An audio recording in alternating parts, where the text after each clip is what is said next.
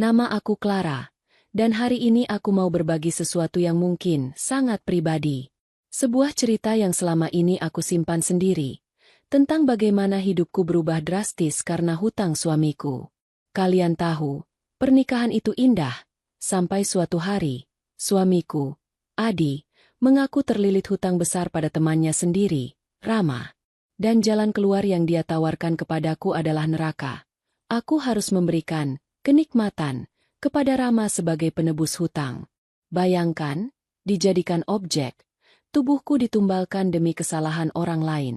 Perasaan hancur, jijik, dan terhina itu nyata. Tapi yang lebih gila lagi, di tengah kehancuran itu, aku justru menemukan perhatian dari Rama. Pria yang seharusnya ku benci, perlahan menjadi satu-satunya yang memberiku kehangatan.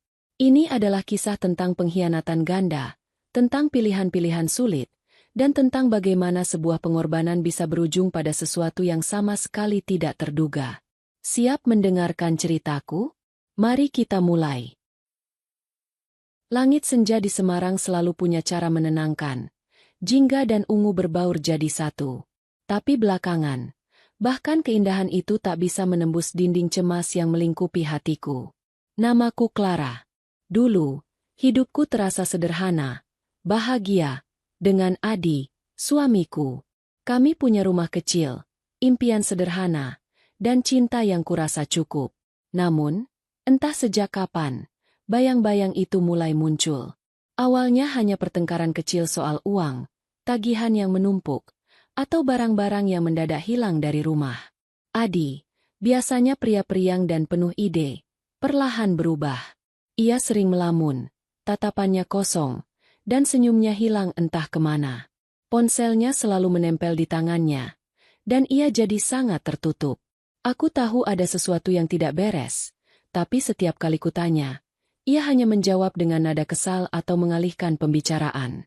Bisnis sedang sulit. Klar. Nanti juga beres, katanya, tapi matanya tak meyakinkan. Kecurigaanku memuncak saat ia mulai sering tidak pulang atau pulang sangat larut. Baunya kadang bercampur asap rokok dan alkohol, padahal dulu ia bukan pecandu. Malam itu, petir menyambar, seolah alam pun turut berteriak. Adi pulang dengan langkah gontai, wajahnya pucat pasi. Ia duduk di sofa, tangannya gemetar memegang sebuah amplop coklat. Kurasakan hawa dingin merayap di punggungku. Ini bukan pertengkaran biasa. Ini jauh lebih buruk. Kelar. Suaranya serak, nyaris tak terdengar. Aku punya masalah besar. Aku menahan napas, menanti setiap kata yang akan keluar dari bibirnya seolah itu adalah vonis mati. Dan memang, vonis itu datang.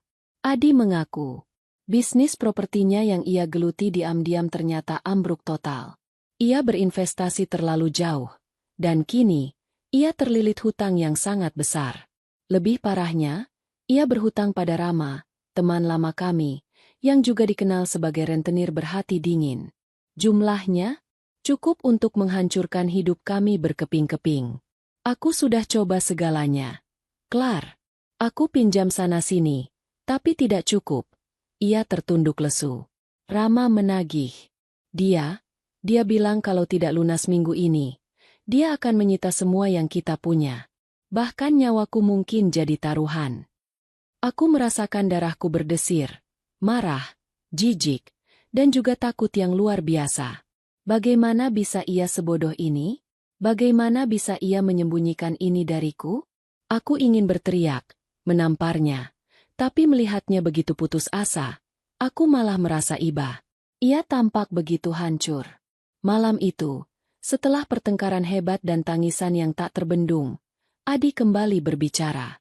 Kata-katanya keluar seperti bisikan setan yang meracuni telingaku. Ada satu cara, Klar, katanya. Suaranya dipenuhi putus asa. Rama, dia bilang, dia mau menunda penagihan hutang ini. Asal. Ia ragu, menghindari tatapanku. Asal, kamu mau menemaninya. Sesekali. Duniaku runtuh saat itu juga. Menemaninya? Apa maksudnya? Menemaninya? Aku tahu Rama. Ia pria hidung belang yang terkenal. Kepalaku langsung memahami maksud busuk itu. Tidak, aku tidak mau. Apa-apaan ini, Di? Kau menjadikanku penebus hutangmu? Teriakku histeris. Air mata mengalir deras membasahi pipi. Adi meraih tanganku. Memohon. Matanya berkaca-kaca. Kumohon. Klar. Ini satu-satunya jalan. Demi kita. Demi masa depan kita. Aku janji ini tidak akan lama. Begitu aku bisa melunasi hutangnya, semua ini akan berakhir. Aku mohon. Klar. Aku tidak tahu harus berbuat apa lagi. Aku menatapnya. Pria yang kucintai. Kini menjadi pria yang menjerumuskanku ke dalam jurang terdalam. Aku merasa terpojok. Tak berdaya. Antara melindungi diriku dari kehinaan atau menyelamatkan pria yang sudah menghancurkan hidupku. Keputusasaan membelenggu. Dan di malam itu, aku merasakan jiwaku sedikit demi sedikit mulai mati. Malam itu terasa seperti satu abad. Aku tidak bisa tidur. Kata-kata Adi terus berputar di kepalaku, menggerus sisa-sisa harga diriku. Menemaninya sesekali. Kalimat itu terdengar seperti racun, tapi di sisi lain, wajah putus asa Adi juga terbayang. Bagaimana mungkin aku bisa menyelamatkan rumah tangga kami jika aku sendiri yang menghancurkannya dengan menolak? Namun, bagaimana aku bisa hidup dengan diriku sendiri jika aku setuju? Aku mencoba mencari jalan lain. Sepanjang malam, aku merangkai daftar kontak, memikirkan siapa tahu ada kerabat atau teman yang bisa meminjamkan uang. Tapi daftar itu terasa kosong. Keluarga kami tidak sekaya itu, dan teman-teman kami juga sedang berjuang. Adi sudah mencoba semua bank dan rentenir lain, tapi tidak ada yang mau mengambil risiko. Rama, si serigala berbulu domba itu, adalah satu-satunya yang bersedia berunding. Pagi tiba, membawa serta keputusan yang sangat berat. Aku menatap Adi yang tertidur pulas di sampingku. Wajahnya masih memancarkan beban berat. Rasa benci dan kasihan bercampur aduk. Pada akhirnya, demi masa depan kami, demi kelangsungan pernikahan kami, aku mengangguk. Sebuah anggukan yang terasa seperti kematian kecil bagi jiwaku. Aku akan melakukannya. Ucapku. Suaraku nyaris tak terdengar. Adi terbangun. Matanya membesar. Antara lega dan bersalah. Ia mencoba meraihku. Tapi aku menghindar. Sentuhannya terasa menjijikkan saat itu. Rama menelpon siang harinya. Suaranya di telepon ramah. Seolah kami hanya akan bertemu untuk minum kopi. Clara, bagaimana? Adi sudah menyampaikan. Tanyanya. Suaranya yang tenang justru membuatku semakin mual. Sudah, Rama. Jawabku singkat. Kapan? Ia menyebutkan sebuah kafe mewah di kawasan Kota Lama Semarang. Sore nanti. Aku segera mempersiapkan diri. Tapi setiap helaan napas terasa berat. Gaun yang kupakai terasa seperti kafan. Jantungku berdebar tak karuan. Campuran rasa takut dan jijik menguasai. Aku merasa seperti domba yang diantar ke jagal. Ketika aku sampai di kafe itu, Rama sudah menunggu. Ia melambaikan tangan, senyumnya lebar. Seolah kami adalah teman lama yang baru bertemu. Ia berdiri, menarik kursi untukku. Clara, senang bertemu denganmu, katanya. Nadanya hangat, terlalu hangat.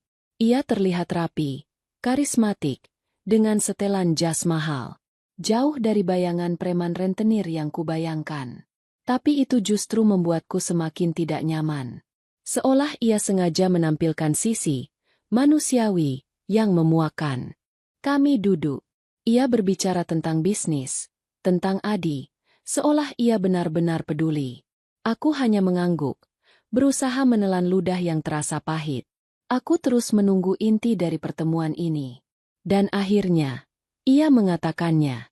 Jadi, Clara, katanya, tatapannya lekat padaku. Hutang Adi cukup besar. Tapi aku orang yang fleksibel. Kita bisa selesaikan ini perlahan. Dengan caraku. Aku mengangguk. Lidahku keluh. Aku hanya ingin semua ini cepat selesai. Ia tersenyum tipis. Senyum yang tidak sampai ke mata. Bagaimana kalau kita pindah ke tempat yang lebih nyaman? Clara? Ada beberapa hal yang perlu kita diskusikan lebih pribadi. Malam itu, di sebuah apartemen mewah yang asing, aku merasakan duniaku runtuh. Detailnya tidak penting. Yang penting adalah perasaan setelahnya. Hancur, kotor, dan kosong. Aku bukan lagi Clara yang sama. Bagian dari diriku telah direnggut paksa, dijual oleh suamiku sendiri demi menyelamatkan masa depan yang entah masih pantas untuk diselamatkan. Ketika aku kembali ke rumah, jarum jam menunjukkan pukul 2 pagi. Adi masih terjaga, duduk di sofa, menantiku. Wajahnya dipenuhi kekhawatiran, tapi ketika melihatku, kekhawatiran itu perlahan berubah menjadi ekspresi lega yang tak bisa disembunyikan. Ia mendekat, ingin memelukku. Tapi aku mundur selangkah. Tatapan mataku dingin, penuh jijik. Aku melihat seorang pria asing di hadapanku. Seorang pria yang telah mengorbankan kehormatanku demi dirinya. Aku masuk ke kamar mandi, membuka keran shower, dan membiarkan air dingin mengguyur tubuhku. Air mata bercampur dengan tetesan air, tapi tidak ada yang bisa membersihkan kotoran yang kurasakan di dalam diriku. Malam itu, aku tahu ini hanyalah awal. Awal dari penebusan yang terlarang. Awal dari neraka pribadi yang harus kujalani. Minggu-minggu berlalu setelah malam pertama itu, dan neraka pribadiku baru saja dimulai. Seharusnya 1 kali sudah cukup, tapi nyatanya, hutang Adi begitu besar hingga pembayaran itu harus berlanjut. Rama mulai menelepon secara rutin, mengirim pesan singkat, atau bahkan muncul di tempat-tempat tak terduga. Ia tidak pernah mengancam secara langsung, tapi keberadaannya adalah ancaman itu sendiri. Setiap kali ponselku bergetar dengan namanya di layar, aku merasakan perutku mual. Awalnya, aku membenci Rama. Membenci sentuhannya, tatapannya, bahkan suaranya. Setiap pertemuan adalah siksaan. Aku akan pulang dengan perasaan kotor, langsung masuk ke kamar mandi, dan mengguyur tubuhku berulang kali, seolah bisa membersihkan noda yang menempel di jiwaku. Aku juga membenci Adi. Kebencianku padanya tumbuh subur di antara rasa sakit dan kehinaanku. Ia seolah hidup normal kembali, lega setelah beban hutangnya beralih ke pundakku. Ia bahkan jarang bertanya tentang pertemuan-pertemuan itu, seolah memilih untuk menutup mata. Sikapnya itu semakin membuatku jijik. Namun, perlahan, ada yang berubah. Rama tidak selalu bertindak seperti predator. Kadang, ia hanya mengajakku makan siang di restoran-restoran mewah di Semarang, atau sekadar minum kopi di kafe tempat kami pertama bertemu. Ia mulai berbicara, tidak hanya tentang bisnis, tapi tentang dirinya, masa lalunya, dan bahkan impiannya. Ia menunjukkan sisi lain yang tak kuduga, perhatian. Ia akan menanyakan kabarku, apakah aku lelah, atau apakah aku butuh sesuatu. Ia mengingat detail-detail kecil tentangku yang Adi sendiri tak pernah ingat. Suatu kali, aku sedang melamun di kafe, memikirkan betapa hancurnya hidupku. Rama melihatnya. Ia tidak mengomentari, tapi ia meletakkan tangannya di atas tanganku di meja. Sentuhan itu tidak menjijikkan seperti dulu. Justru menenangkan. Ia hanya menatapku, dan entah kenapa, aku merasa ia melihat diriku, bukan hanya tubuhku sebagai objek. Kamu terlihat lelah, Clara, katanya lembut. Apakah Adi masih membuatmu stres? Kata-kata itu mengagetkanku. Aku tidak pernah menceritakan detail masalah rumah tanggaku kepadanya. Tapi ia tahu. Ia seolah bisa membaca pikiranku. Saat itu, aku merasakan konflik batin yang mengerikan. Aku tahu aku seharusnya membencinya, menjauhinya. Tapi di sisi lain, perhatiannya, pengertiannya yang aneh itu, perlahan-lahan mengikis dinding pertahananku. Ia tidak pernah memaksaku, tapi selalu tahu bagaimana membuatku merasa nyaman dalam situasi yang seharusnya sangat tidak nyaman. Hubungan terlarang ini bukan lagi sekadar pembayaran yang dingin dan transaksional. Ada sesuatu yang mulai tumbuh, sesuatu yang berbahaya, terlarang, tapi juga memabukkan. Aku mulai menemukan diriku menanti telepon darinya. Menanti pertemuan selanjutnya.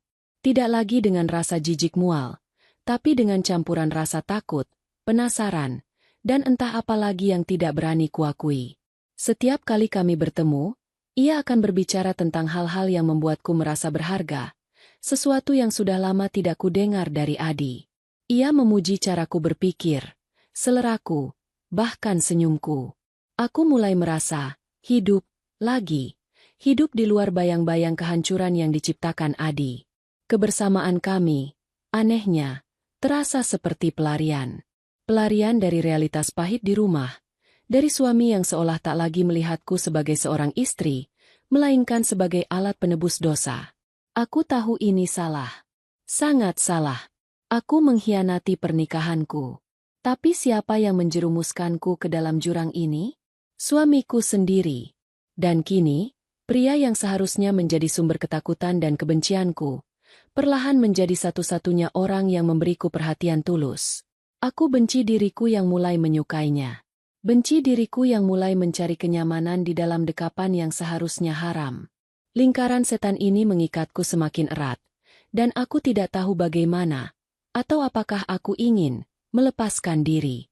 Semarang di musim hujan punya aroma khas tanah basah dan melati yang menyengat, mengingatkanku pada kenangan manis yang kini terasa begitu jauh. Bulan-bulan berlalu, dan aku merasa semakin terjerat dalam jaring laba-laba yang kubuat sendiri. Setiap sentuhan Rama terasa seperti belati yang menusuk di punggung Adi, namun anehnya, sentuhan itu juga seperti balsam yang menenangkan luka-luka yang diukir Adi. Aku membenci diriku sendiri karena merasa nyaman, bahkan menikmati hubungan terlarang ini. Rama terus menunjukkan sisi dirinya yang membuatku bingung. Ia bukan pria kasar yang kupikirkan. Di luar urusan pembayaran, ia adalah pendengar yang baik, pria yang tahu bagaimana membuatku tertawa, dan bahkan sesekali menunjukkan kepedulian yang tulus. Ia sering membawakan bunga mawar merah muda favoritku, atau mengirimkan makanan dari restoran favoritku. Hal-hal kecil, namun sangat berarti, terutama karena Adi semakin hari semakin acuh tak acuh. Setelah merasa aman dari ancaman Rama, Adi kembali pada kehidupannya. Ia seolah melupakan bagaimana aku harus menebus kesalahannya. Ia jarang bicara, sibuk dengan ponselnya, dan bahkan kami hampir tidak pernah berbagi ranjang lagi. Kehangatan yang dulu ada di antara kami telah lama menguap, digantikan oleh kesunyian yang mencekam dan rasa hampa yang menusuk. Aku merasa seperti benda mati di rumah kami, hanya ada untuk membersihkan kekacauan yang ia ciptakan. Perbandingan antara Adi dan Rama menjadi semakin jelas. Adi, suamiku, adalah sumber kekecewaan dan rasa sakitku. Rama, teman suamiku, seharusnya adalah pelacur dan penyebab kehancuranku. Namun dia justru menjadi satu-satunya yang memberiku perhatian dan kehangatan yang kurindukan. Pikiran ini membuatku muak pada diriku sendiri. Bagaimana bisa aku jatuh sejatuh ini? Aku merasa jijik, namun sekaligus terperangkap dalam kebutuhan emosional yang tak bisa kupungkiri. Suatu sore, setelah salah satu pertemuan kami, Rama mengantarku pulang. Hujan rintik-rintik membasahi kaca mobil. Ia menoleh padaku, tatapannya lekat, seolah mencari sesuatu di dalam mataku. "Clara," katanya, suaranya pelan dan serius. "Aku tahu ini salah. Kita berdua tahu ini salah. Tapi..." Ia menghela napas. "Aku tidak bisa berhenti memikirkanmu. Aku menyukaimu, Clara. Bukan hanya karena hutang Adi. Aku benar-benar menyukaimu." Pengakuannya menghantamku seperti gelombang pasang. Hatiku berdebar kencang. Itu adalah kalimat yang sudah lama tidak kudengar. Sebuah pengakuan perasaan yang tulus. Rasa terkejut, takut, dan anehnya, sedikit kelegaan, bercampur aduk. Aku tahu ini adalah batas yang tidak boleh kami lewati, tapi pada saat yang sama, aku tidak bisa menyangkal apa yang kurasakan. Di tengah kehancuran rumah tanggaku, perhatian dan pengakuan Rama memberiku secercah harapan yang berbahaya. Aku menatapnya, tidak bisa berkata-kata. Air mataku mulai menggenang. Aku adalah wanita yang dikhianati suaminya, lalu menemukan kenyamanan dalam pelukan pria yang seharusnya ku benci. Aku adalah seorang istri yang berselingkuh, namun merasa menjadi korban. Pengkhianatan ini terasa ganda, Adi mengkhianatiku dengan menjadikanku penebus hutang, dan aku mengkhianati pernikahanku dengan membiarkan perasaanku tumbuh untuk Rama. Pada titik ini, aku tidak lagi yakin siapa korban sebenarnya, dan siapa pelakunya. Yang jelas, aku terjebak di tengah-tengahnya, hancur berkeping-keping, dengan pecahan hati yang perlahan mulai jatuh untuk pria yang seharusnya menjadi musuhku. Pengakuan Rama menggantung di udara seperti guntur yang belum meledak. Aku tidak tahu harus merespons apa. Antara terkejut, lega, dan takut. Takut akan konsekuensi dari perasaan yang sudah lama kupendam ini. Air mata yang sudah menggenang akhirnya tumpah, bukan lagi air mata kepedihan, tapi air mata kebingungan yang menyesakan. Rama meraih tanganku. Jemarinya membelai punggung tanganku dengan lembut. Aku tidak memintamu membalasnya, Clara. Bisiknya. Aku hanya ingin kamu tahu. Ketika ia mengantarku sampai depan rumah, aku masih linglung. Begitu pintu mobil tertutup, aku berdiri mematung di teras. Pikiranku kalut. Rama menyukaiku. Dan aku tidak bisa memungkiri. Perasaanku padanya pun sudah bukan lagi sekadar benci. Ada simpati, kenyamanan, bahkan ketertarikan yang tak pantas. Bagaimana bisa pria yang menjadi awal mula kehancuranku justru menjadi satu-satunya yang menawarkan secercah harapan? Malam itu, rumah terasa dingin dan hampa. Adi sudah tidur, memunggungiku, seperti biasa. Aku memandangi punggungnya, yang dulu terasa kokoh dan melindungiku, kini terasa asing dan jauh. Aku bertanya pada diriku sendiri, siapa Adi bagiku sekarang? Suami yang menjualku demi hutangnya? Pria yang memilih untuk menutup mata atas penderitaanku? Atau sekadar bayangan dari masa lalu yang indah, yang kini telah hancur lebur? Aku bangkit dari ranjang, berjalan pelan ke arah jendela, menatap rembulan yang bersinar pucat di atas langit Semarang. Pilihan terasa begitu pahit. Terus berpura-pura dengan Adi, hidup dalam kebohongan yang membusuk, dengan kenangan terlarang bersama Rama yang akan menghantuiku seumur hidup? Atau mengikuti gejolak perasaanku, mencari kebahagiaan di luar tembok pernikahan yang sudah retak ini, bahkan jika itu berarti bersama pria yang seharusnya menjadi musuh? Konsekuensinya terasa begitu besar, begitu menakutkan. Jika aku memilih Rama, apa jadinya? Apakah ia serius dengan pengakuannya? Atau ini hanya permainan lain? Dan bagaimana dengan Adi? Apakah aku siap menghadapi kehancuran total yang pasti akan terjadi jika kebenaran terungkap? Aku menarik napas panjang, mencoba menenangkan jantungku yang berpacu. Aku tidak tahu apa yang akan terjadi selanjutnya. Aku tidak punya jawaban pasti. Tapi satu hal yang ku tahu, aku tidak bisa lagi hidup dalam kebohongan ini. Aku tidak bisa lagi menjadi penebus hutang, baik secara finansial maupun emosional. Aku tidak tahu apakah aku akan lari dari Adi, atau justru menghadapinya. Aku tidak tahu apakah Rama adalah jawaban, atau hanya ilusi lain. Namun, di malam itu, di bawah cahaya rembulan yang redup, aku merasakan tekad baru. Tekad untuk memilih diriku sendiri, untuk pertama kalinya. Mungkin ini akan menjadi kehancuran total. Atau mungkin, ini adalah awal dari kebebasan yang telah lama kudambakan. Terlepas dari siapapun yang menungguku di ujung jalan.